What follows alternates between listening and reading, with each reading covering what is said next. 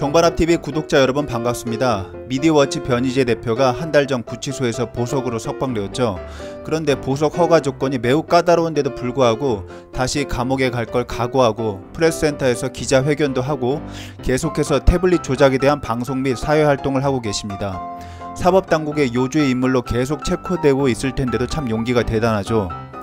변희재 대표는 태블릿이 조작되었다고 주장하며 JTBC 명예를 훼손한 혐의로 유죄 판결을 받고 구속까지 되었을 정도로 태블릿 조작에 거의 운명을 걸었는데요. 사실 변희재 대표는 JTBC 태블릿 초기 보도 당시에는 그걸 그대로 믿었다 합니다.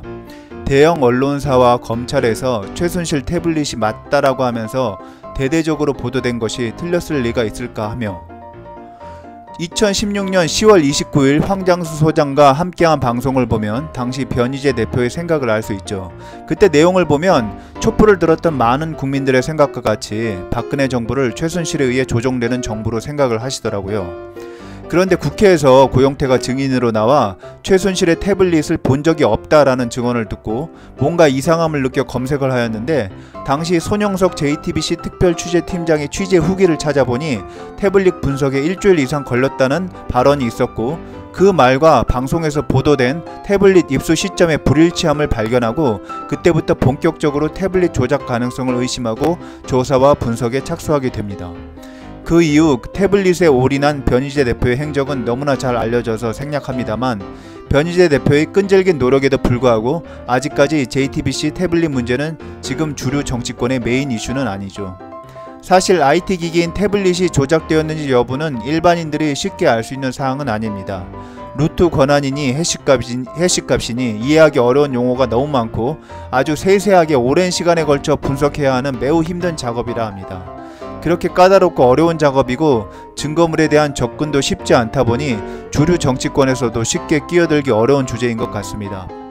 그럼에도 불구하고 변희재 대표가 계속해서 소위 최순실 태블릿에 대해 분석하고 끈질기게 물고 늘어지는 것은 당시 박근혜 대통령의 탄핵 사태가 일반 국민들의 자발적인 각성으로 촉발된 것이 아니라 한 주류 방송국에서 최순실 태블릿이라는 상징물을 만들고 최순실에 의해 조종되는 아바타 정부라는 프레임을 만들어 국민을 선동시켜 결국 탄핵을 이끌어낸 것이라 보았기 때문에 이 태블릿이 조작된 거라면 탄핵 자체가 원천 무효라는 신념을 가져서입니다.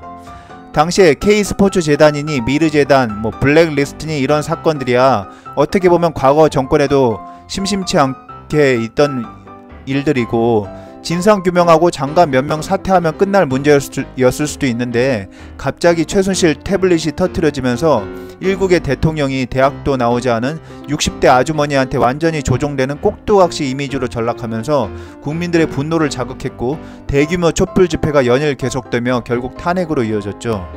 과정은 그랬지만 이미 태블릿은 대부분의 국민의 관심에서 멀어졌고 진보진영 쪽에서는 현재까지 사법당국에서 최순실께 맞다라고 했고 설사 태블릿에 무슨 문제가 있더라도 당시 국정농단 사태의 무더기로 유죄가 내려지며 박근혜 정권의 정당성을 상실했는데 이 태블릿이 이제 와서 뭐가 중요하냐는 반응인 것 같습니다.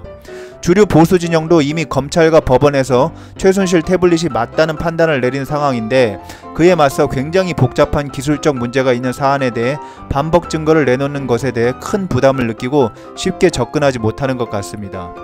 현재 JTBC 입장은 태블릿은 당연히 조작되지 않았고 최순실이 태블릿 PC를 들고 다니면서 연설문을 고쳤다라는 보도는 태블릿을 들고 다녔지만 연설문도 태블릿으로 고쳤다고 보도한 건 아니다 라는 입장이고 최순실이 태블릿을 사용했다고는 했지만 최순실만 사용했다라고 보도한 건 아니다 라는 입장입니다. 그런데 사실 당시 국민들이 최순실이 태블릿의 공용 사용자 중 하나일 뿐이고 태블릿을 들고 다니다 노트북에서 연설문을 수정했다라는 보도로 접했다면 그렇게 크게 분노했을까 하는 생각이 듭니다. 아무튼 이미 국민의 관심에서 멀어지고 워낙 복잡한 기술적 이슈가 있어 주류 보수 진영에서도 접근이 쉽지 않은 연유로 결국 변희재 대표가 외로운 투쟁을 계속할 가능성이 높은데 재구속을 각오하면서도 계속되는 그 끈질긴 집념과 노력 정말 대단하게 생각합니다. 이상 시청해주셔서 감사합니다. 구독과 좋아요 부탁드리고 오늘도 행복하세요.